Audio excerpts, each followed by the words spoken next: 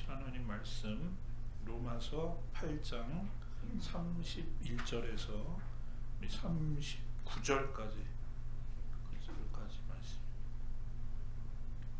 우리 같이 한 목소리로 독하도록 하겠습니다. 그런즉 이 일에 대하여 우리가 무슨 말 하리요? 만일 하나님이 우리를 위하시면 누가 우리를 대적하리요? 자기 아들을 아끼지 아니하시고 우리 모든 사람을 위하여 내주신 이가 어찌 그 아들과 함께 모든 것을 우리에게 주시지 아니하겠느냐? 누가 능히 하나님께서 택하신 자들을 고발하리요? 의롭다 하신 이는 하나님이시니 누가 정죄하리요? 죽으실 뿐 아니라 다시 살아나시는 이는 그리스도 예수시니 그는 하나님 우편에 계신 자요 우리를 위하여 간구하시는 자신이라. 누가 우리를 그리스도의 사랑에서 끊으리요? 환난이나 곤고나 박해나 기근이나 적신이나 위험이나 칼이랴. 기록된 바 우리가 종일 주를 위하여 죽임을 당하게 되며 도살당할 양같이 여김을 받았나이다 함과 같으니라. 그러나 이 모든 일에 우리를 사랑하시는 이로 말미암아 우리가 넉넉히 이기느니라. 내가 확신하노니 사망이나 생명이나 천사들이나 권세자들이나 현재일이나 장래일이나 능력이나 높음이나 기쁨이나 다른 어떤 피조물이라도 우리를 우리 주 그리스도 예수 안에 있는 하나님의 사랑에서 끊을 수 없으리라. 아멘. 우리를 향하신 하나님의 뜻이 있죠. 뭐죠? 항상 기뻐하라, 쉬지 말고 기도하라, 범사에 감사하라. 이는 그리스도 예수 안에서 우리를 향하신 누구의 뜻이다? 하나님의 뜻이다. 여러분 살아가면서 하나님의 뜻입니까? 여러분 잘 모를 때 있죠. 많은 질문하셔. 이거 하나님의 뜻입니까? 하나님의 뜻이 어디 있습니까? 우리에게 분명히 말씀하셨어요. 하나님의 뜻이 뭐라고요? 항상 기뻐하라, 쉬지 말고 기도하라, 범사에 감사하라.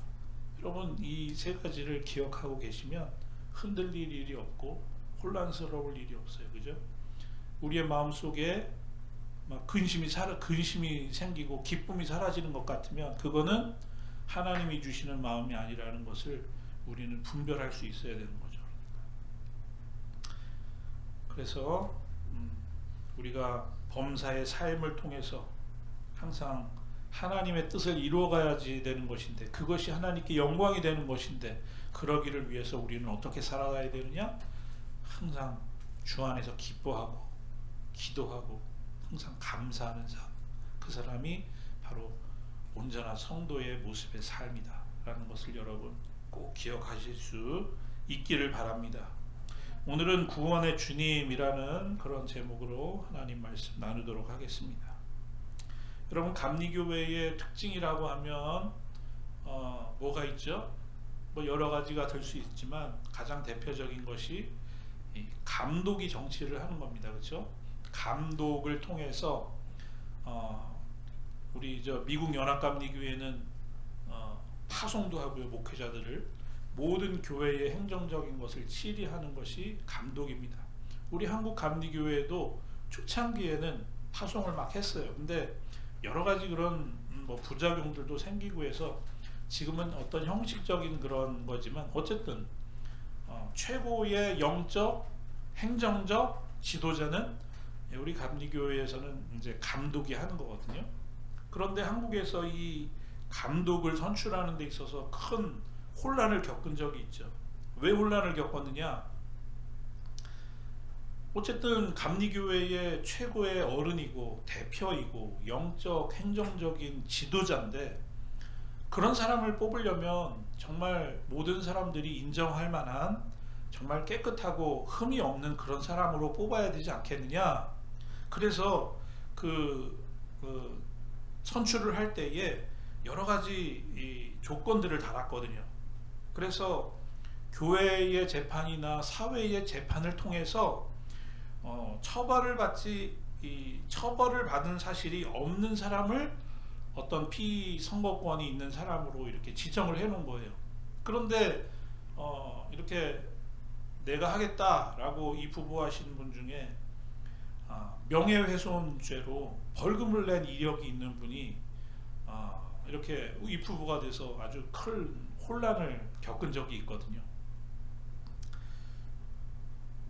아무런 그런 생각 없이 뭐 꺼리낌 없이 그런 것에 대해서 생각하다가 그것이 문제가 불거졌을 때 아마 제가 여러분께도 한번 말씀드린 적이 있을 거예요. 나는 저런 어떤 지도자의 자리에 갈 수가 없겠구나. 예? 그런 생각을 하면서 마음속으로 씁쓸한 그런 생각을 가졌던 적이 있어요. 여러분 말씀드린 적이 있잖아요. 제가 결혼하고 아마 한두 달 됐을 거예요. 우리 가은이 준이도 태어나기 전이에요. 훨씬 겨울에 이제 정선에서 목회할 때 겨울에는 뭐 얼마나 눈도 많이 오고 미끄럽고 춥습니까? 근데 이렇게 이제 경사진 곳인데 커브길이었거든요. 근데 뭐 눈은 없으니까 그냥 괜찮겠지 하고 아침에 그냥 쉥 하고 가다가 핸들을 틀었는데 차가 이렇게 좀 방향을 틀어서 가야 되는데 이게 그냥 직진을 해버린 거죠. 거기가 그냥 아주 나중에 보니까 맨들맨들하게 아주 그냥 싹 얼음이 밤새 깔려있는 그런 길이었거든요. 그래서 그냥 직진을 해버리니까 상대편 차선으로 넘어가잖아요, 차가. 그래가지고 앞에서 오는 그 승합차를 제가 그냥 팍 정면으로 충돌을 했거든요. 그래가지고 지금도 생각하면 그냥 얼마나 아팠는지. 그때는 뭐 정신이 없잖아요. 근데 한 거의 2, 3주는요 뭐 침대에 눕고 일어나는 것도 힘들더라고요. 여기가 전신이 그냥 안전벨트 때문에 충격이 그때 오니까 이 타박상 때문에 겉으로는 멀쩡해요. 근데 여기 목 여기 부분에 흉골이라고 있대요. 거기가 뭐 부러졌다고 하는데 하여튼 엄청 고생했어요. 그래서 저는 그냥 그걸로 끝나는 줄 알았어요. 보험 처리 다 되는 줄 알고. 나중에 법원에서 편지가 하나 딱 온 거예요. 예? 잘 기억이 안 나는데 하여튼 뭐 어느 지청 검사 누구누구 해가지고 제 이름 앞으로 편지가 하나 왔는데 뭐냐, 교통법 몇 조를 위반해서 중앙선 침범을 했다는 거예요. 그래가지고 그 승합차에 3명이 타고 있었거든요. 근데 그분들이 뭐 많이 다친 건 아니지만 어쨌든 뭐 교통사고가 일단 탁 하고 나면은 뭐 병원에서는 무조건 뭐 진단 몇 주 이렇게 나오는 거잖아요, 그죠? 그래가지고 그 3분이 타고 있었고 그분들이 어쨌든 뭐 상해를 입었기 때문에 그 내가 중앙선 침범한 것까지 다 해가지고 벌금이 나온 거예요. 그래서 박병구 당시는 중앙선을 침범했고 뭐 교통법 몇 조를 위반했으니 벌금을 내시오 해갖고 그때 벌금이 제 기억으로는 적지 않았어요. 한 160만 원? 하여튼 예상치도 못했던 그런 벌금을 낸 기억이 있거든요. 근데 감리교회에서 이런 일들이 막 일어나고 뭐 명예훼손으로 100만 원 벌금을 냈네 안 됐네, 그래서 이 사람은 후보 등록이 되네 안 되네 막 이런 이제 문제가 불거졌을 때 이 생각이 딱 나는 거예요. 예? 나 그때 검사한테서 편지 받아가지고 벌금 내라고 나와가지고 벌금 냈는데 그거 이제 기록되면은 나라는 사람은 지금도 한국 가면 아마 교통 뭐 법규 위반해서 그 벌금 낸 기록이 있을 거 아니겠습니까? 그래서 뭐 나갈 일도 없지만 하고 싶지도 않지만 나는 뭐 감독 같은 거는 뭐 생각도 할 수 없겠구나, 여러분 그런 생각을 한 적이 있습니다. 아마 그 기록은요 글쎄 뭐 대통령이 뭐 사면해 주나요? 글쎄 모르겠어요. 가끔씩 뭐 그런 뭐 음주운전 하신 분들 막 이렇게 특별히 뭐 사면해주고 그런 경우도 있다고 하는데 그 기록이 남아 있는지 지워지는지 어떻게 되는지 모르겠어요.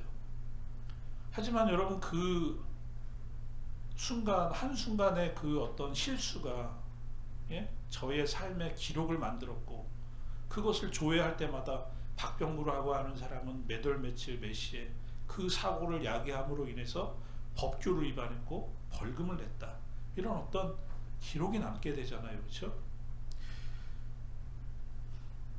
죄라고 하는 것은 여러분 그런 거예요.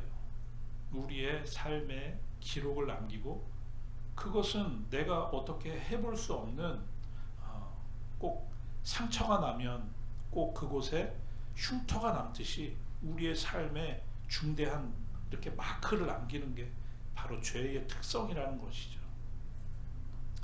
여러분 저는 감리교 목사잖아요. 여러분 앞에서 이렇게 말씀도 전하고 성례전도 행하지만 오늘 제가 여러분 앞에서 이렇게 말씀도 전하고 목회를 할 수 있는 것은 그게 가능한 것은 여러분이 저를 모르시기 때문에 그런 거예요. 그렇죠? 제가 오늘 이렇게 교통법규 위반해서 벌금 냈다고 하는 거는 여러분 앞에 아무렇지도 않게 이야기할 수 있지만 제가 말씀드렸잖아요. 이런 TV 화면, 큰 화면으로 만약에 내가 이제까지 살아오면서 아무에게도 공개하고 싶지 않은 나의 마음으로 지은 죄, 내 행실로 지은 죄, 내 입술로 지은 죄, 여러분 그런 죄들이 만약에 다 공개가 된다면 여러분 제가 여기서 이렇게 여러분 앞에서 설교할 수 있을까요? 아마 여러분 그런 마음이 들지 않겠어요? 저런 사람이 어떻게 목사야? 내가 어떻게 저런 사람의 설교를 들을 수가 있어? 아마 여러분은 저를 그렇게 인정하시지 않으실 거예요. 여기 저희 가은이 주은이도 있고 아내도 있지만 여러분 제가 가정에서 아빠일 수 있고 남편일 수 있고 또 부모님에게는 아들일 수 있는 것은 저의 그런 부족함과 연약함과 그런 드러내고 싶지 않은 그런 모습들이 감출 수 있기 때문에 감춰질 수 있기 때문에 여러분 저는 오늘도 이렇게 목회하고 가정생활하고 사회생활하고 그러면서 우리는 살아갈 수 있는 것이죠. 죄의 삭은 무엇이다? 사망이다. 그렇게 말씀하셨죠. 여러분 만약에 우리의 죄로 말미암아 지금 말씀드린 것처럼 우리의 그런 모든 죄악들이 다 낱낱이 공개된다면 여러분 한번 생각해 보세요. 우리의 삶이 이루어질 수 있을까요? 다 한강다리 가서 아마 뛰어내린다 그럴걸요? 예? 오늘 제가 생명처럼 여기는 이런 목회의 일이 제가 목숨보다 소중히 여길 만한 그런 우리의 가정과 나의 삶의 모든 부분들이 송두리째 날아가 버리는 거거든요. 아, 죄의 삭이 사망이구나. 여러분 그게 무슨 말씀의 의미인지 조금만 생각해 보면 우리는 금방 알 수 있다는 거예요. 내가 아무도 모르는 것 모르고 아무도 안 보는 것 같은 사이에 은밀하게 행하는 죄로 말미암아 그게 무슨 죄가 사망이야. 아무 일도 일어나지 않는데 라고 많은 사람들이 항변하지만 여러분 그렇지 않다는 거예요. 우리의 삶을 그냥 송두리째 그냥 다 가져가 버린다니까요. 그 죄의 결과는 그런 것이라니까요.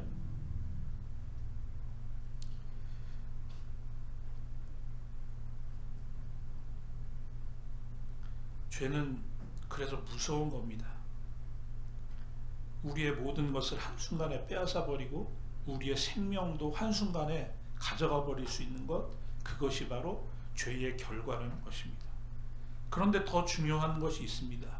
죄는요, 아침에 찬란하게 뜨는 태양보다도 더 밝은 저 하나님 앞에 섰을 때 절대로 그것을 통과할 수 없도록 가로막는 것이 바로 우리의 죄라고 하는 거예요. 하나님과 죄는 절대로 같이 양립할 수가 없는 거예요. 죄를 가지고는 하나님 앞에 갈 수가 없어요. 근처에도 갈 수가 없어요. 그러니 여러분 얼마나 죄라고 하는 것이 심각한 문제인지를 우리는 매일매일 삶을 통해서 깨닫고 회개하고, 오늘도 우리 권사님 기도하셨지만 하나님 앞에 나와서 우리가 해야 할 첫 번째 일은 우린 하나님 앞에서 우리의 죄를 고백하는 것입니다. 성령께서 우리를 터치해 주셔서 우리의 부족함을 오늘도 그래서 여러분 교회에 나와서 교회 이렇게 고개를 빳빳이 들고 다른 사람들 막 지적하고 여러분 합당치 못한 모습이죠. 하나님 앞에 선 나의 모습을 발견하게 될 때 우리가 어떻게 교만한 모습으로 그렇게 행동할 수 있겠냐는 것이죠. 그런데 참으로 안타까운 것은 이런 치명적인 죄의 문제를 우리는 해결할 능력이 없다는 것입니다. 이 죄의 문제 앞에서 우리는 한없이 무능력하고 아무것도 할 수 없는 그런 존재라는 사실을 우리는 절감하게 됩니다. 그런데 복음 중에 복음은 하나님께서 그런 죄의 문제에 갇혀서 사는 우리들을 향해서 어떻게 하셨어요? 하나밖에 없는 독생자 예수 그리스도를 보내시기 위해서 창세기에서부터 계획하셨고, 모든 선지자들을 통해서 주신 메시지는 그 메시아가 오실 것이다. 그를 통해서 너희들을 자유케 하실 것이다. 그리고 마태복음이 시작되면서 그분이 이 땅에 오시는 역사가 시작되는 것을 보게 됩니다. 그분이 우리를 위해서 십자가에서 생명을 내어주심으로, 그분이 십자가에서 외치셨던 것처럼 다 이루었다 말씀해 주시는 그 순간에 성전의 휘장이 위로부터 아래로 갈라지게 되었고, 죄로 말미암아 하나님 앞에 나갈 수 없는 우리들이 예수님의 그 보혈의 능력으로 나아가는 은혜를 힘입게 되었다.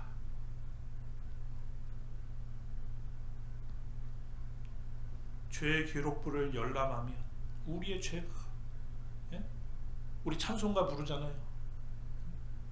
하늘을 두루마리 삼고 바다를 먹물 삼아서 하나님의 은혜를 기록하려고 해도 다 기록할 수 없다. 다시 말하면 기록하면 끝이 없이 나오는 우리의 죄가를 어떻게 해주신 거예요? 하나님이 다 동원해 주시고 사해 주신 그 은혜를 힘입어서 오늘 우리가 이 자리에 있는 것 아닙니까?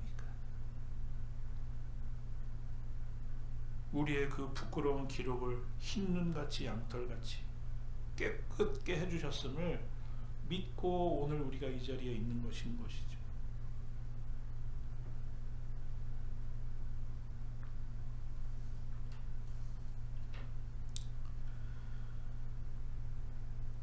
다윗은 시편 32편에서 고백하고 있습니다. 허물의 사함을 받고 자신의 죄가 가려진 자는 복이 있도다. 많은 어려움과 죄 속에서 고민하고 하나님 앞에 나가기 위해서 그렇게 비계를 눈물로 적시며 회개하며 나아갔던 그 다윗은 오늘 고백하는 것처럼 허물의 사함을 받고 자신의 죄가 가려진 자는 복이 있도다. 여러분, 세상 사람들이 복을 얘기할 때 복 좋아하잖아요. 여러분, 이런 복을 생각하는 사람이나 있을까요? 이런 걸 가지고 감사하는 사람이 있을까요? 하지만 오늘 이 땅을 살아가는 우리 성도들은 정말로 귀한 복이 무엇인가? 오늘 하나님 앞에서 우리가 구해야 할 복이 무엇인가? 정말로 귀히 여기고 감사해야 할 복이 무엇인가? 오늘 이 복 아닐까요? 허물의 사함을 받고 자신의 죄가 가려진 그 은혜를 귀히 여길 줄 아는 사람, 그것이 정말 복이야. 오늘 하나님께서 나에게 주신 그 복이야말로 무엇과도 바꿀 수 없는 거야. 여러분, 그것을 귀히 여길 수 있는 사람이 정말로 복된 사람 아닐까요? 독생자 예수 그리스도를 이 땅에 보내주시고 십자가를 통해서 우리를 대신 바꿔주신 거예요. 교환해 주신 거예요. 대신 내어주신 거예요. 하나님이 우리를 얼마나 사랑하시는지 우리의 죄를 사해 주시기 위해서 높고 높은 보좌에 계셔야 할 우리 주님께서 이 땅에 육신의 몸으로 오셨다는 사실, 우리의 인간의 머리로 생각해낼 수 없는 너무나도 신비롭고 너무나도 오묘한 구원의 계획인 것을 우리는 하나님 앞에 고백할 수밖에 없다는 것입니다. 그 하나님의 은혜를 고백한 것이 오늘 우리가 읽은 본문의 말씀입니다. 우리 오늘 읽은 본문의 말씀을 우리 다시 한번 같이 읽어봤으면 좋겠습니다. 로마서 8장 31절에서 39절, 오늘 바울 선생님은 로마 교회를 향해서 이렇게 고백하고 있는 거예요. 구원받은 하나님의 은혜를 이렇게 고백하고 있는 거예요. 우리 같이 우리 오늘 읽은 본문 말씀을 다시 우리 같이 합독하면서 읽어보겠습니다. 31절부터. 자, 시작. 그런즉 이 일에 대하여 우리가 무슨 말 하리요? 만일 하나님이 우리를 위하시면 누가 우리를 대적하리요. 잠깐만요. 31절 이전에 무슨 말씀이 있어요? 마귀가 우리를 자꾸만 송사한다는 거예요. 우리가 살아가는데 야, 너 하나님 앞에 설 수 있어? 너 같은 사람이 어떻게 구원받을 수 있어? 우리의 심령에 찾아와서 자꾸만 방해하고, 예? 우리를 송사하고. 재판의 용어잖아요. 그렇죠? 하나님 앞에 송사한다는 거. 얘 죄 있어요. 하나님 얘 자격 없어요. 그렇게 자꾸만 시비 건다는 거 아니에요. 그렇지만 이 일에 대하여 우리가 무슨 말을 하겠느냐? 하나님이 우리를 위하시는데 누가 우리를 대적하겠느냐? 지금 그렇게 얘기하면서 말씀을 이어가는 겁니다. 32절 자기 아들을 아끼지 아니하시고 우리 모든 사람을 위하여 내주신 이가 어찌 그 아들과 함께 모든 것을 우리에게 주시지 아니하시겠느냐? 누가 능히 하나님께서 택하신 자들을 고발하리요? 의롭다 하신 이는 하나님이시니 누가 정죄하리요? 죽으실 뿐 아니라 다시 살아나신 이는 그리스도 예수시니 그는 하나님 우편에 계신 자요 우리를 위하여 간구하시는 자시니라. 누가 우리를 그리스도의 사랑에서 끊으리요? 환난이나 곤고나 박해나 기근이나 적신이나 위험이나 칼이랴. 기록된 바 우리가 종일 주를 위하여 죽임을 당하게 되며 도살당할 양같이 여김을 받았나이다 함과 같으니라. 그러나 이 모든 일에 우리를 사랑하시는 이로 말미암아 우리가 넉넉히 이기느니라.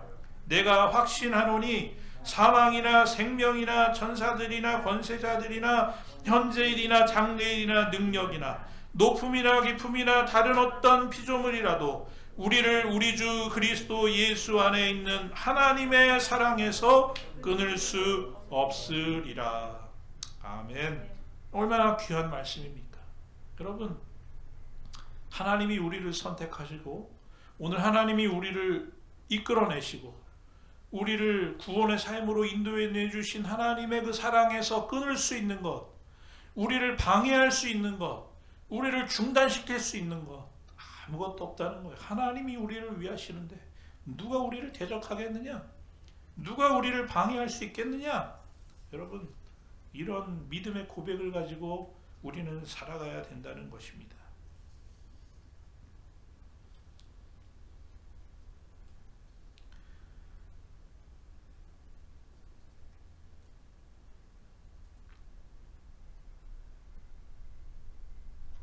이사야 선지자는 이 바울 선생님의 이 로마서 8장 말씀을 이렇게 말씀했어요. 그가 찔림은 우리의 허물을 인함이요 그가 상함은 우리의 죄악을 인함이라.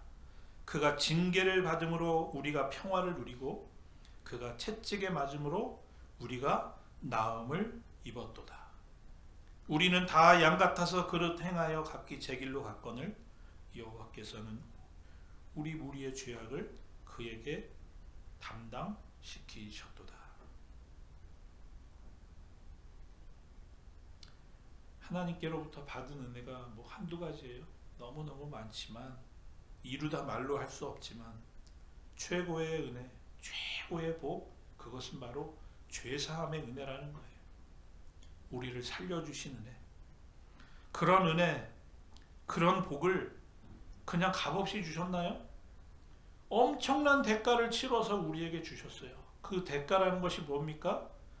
하나님의 하나밖에 없는 독생자를 우리를 위해서 주심으로 오늘 우리를 살려주셨다는 것입니다. 예수 그리스도 그분께서 대신 고난을 받으시고 대신 십자가에 죽으심으로 말미암아 제가 오늘 이 자리에 서 있을 수 있어요. 제가 오늘 이 땅을 살아가면서 기쁨도 누리고 즐거움도 누리고 하나님도 찬송할 수 있는 은혜 다 어디서 왔느냐? 예수님께서 십자가에서 피 흘려 주셨기 때문에 가능하다는 거예요.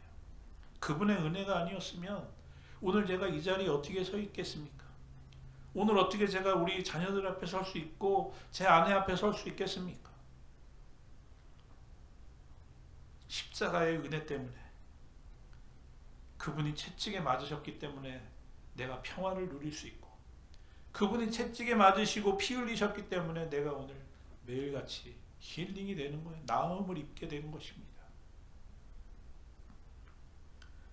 그런 은혜로 날마다 하나님이 어떻게 해주셔요?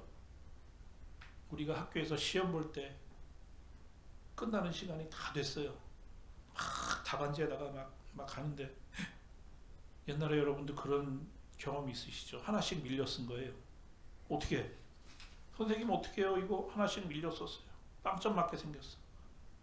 그럴 때 그때 선생님이 새로운 답안지를 주시는 것처럼, 매일 아침 찬란한 햇빛이 뜰 때 하나님이 우리에게 그렇게 새로운 답안지를 주시는 것처럼, 새로운 도화지를 주시는 것처럼, 새로운 삶을 살라고 우리에게 새로운 생명을 매일매일 허락해 주시는 거예요.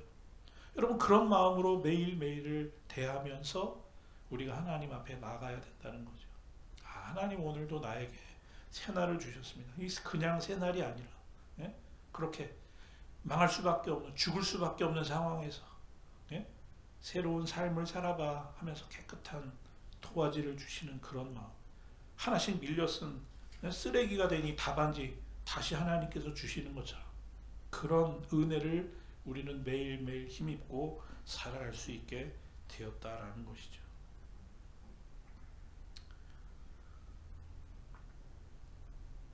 아마 지금도 한국에서 기록을 띄우라 그러면 저에게는 그런 전과 아닌 전과의 기록이 있겠지만, 그리고 그것은 그냥 이렇게 여러분께 말씀드려도 아무렇지도 않은 그런 사항이지만, 여러분 아무에게도 이야기할 수 없는 은밀하고도 참으로 치명적인 그런 죄악을 오늘 우리 아버지 하나님은 아시지만 오늘 뭐라고 말씀하셔요? 양털같이 흰 눈같이 다 사해 주시고, 더 중요한 건 뭐예요? 하나님이 기억도 하지 않겠다고 말씀해 주시고 있는 거예요. 얼마나 감사한 일입니까? 얼마나 우리가 기뻐할 수밖에 없는 조건입니까? 죄로 말미암아 넘어지고 자빠지고 부끄러운, 그래서 더럽혀진 그런 인생의 모든 기록들을 십자가의 보혈로 씻어주시고 우리에게 날마다 새로운 은혜를 허락해 주시는 하나님을 찬송하지 않을 수 없습니다. 이것을 시편 116편에서 시편 기자가 이렇게 고백합니다.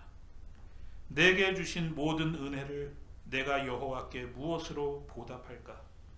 내가 구원의 잔을 들고 여호와의 이름을 부르며 여호와의 모든 백성 앞에서 나는 나의 서원을 여호와께 갚으리로다. 여러분, 이 고백이 오늘 우리에게 있으면 좋겠습니다. 하나님의 은혜를 매일 잃어버리지 않는 거예요. 그리고 오늘 하나님께서 나에게 이 은혜를 왜 베풀어 주셨는가? 구원의 잔을 높이 들고 하나님께서 나에게 베풀어 주신 그 은혜를 기억하면서 하나님의 뜻을 잘 이루어가라고, 하나님의 목적에 부합한 삶을 살라고 오늘 나를 살게 하셨구나. 여러분, 그런 분명한 목적의식을 가지고 성도로서 삶을 잘 살아가야 된다는 것이죠. 말씀을 마치겠습니다. 예수 그리스도의 십자가 보혈로 말미암아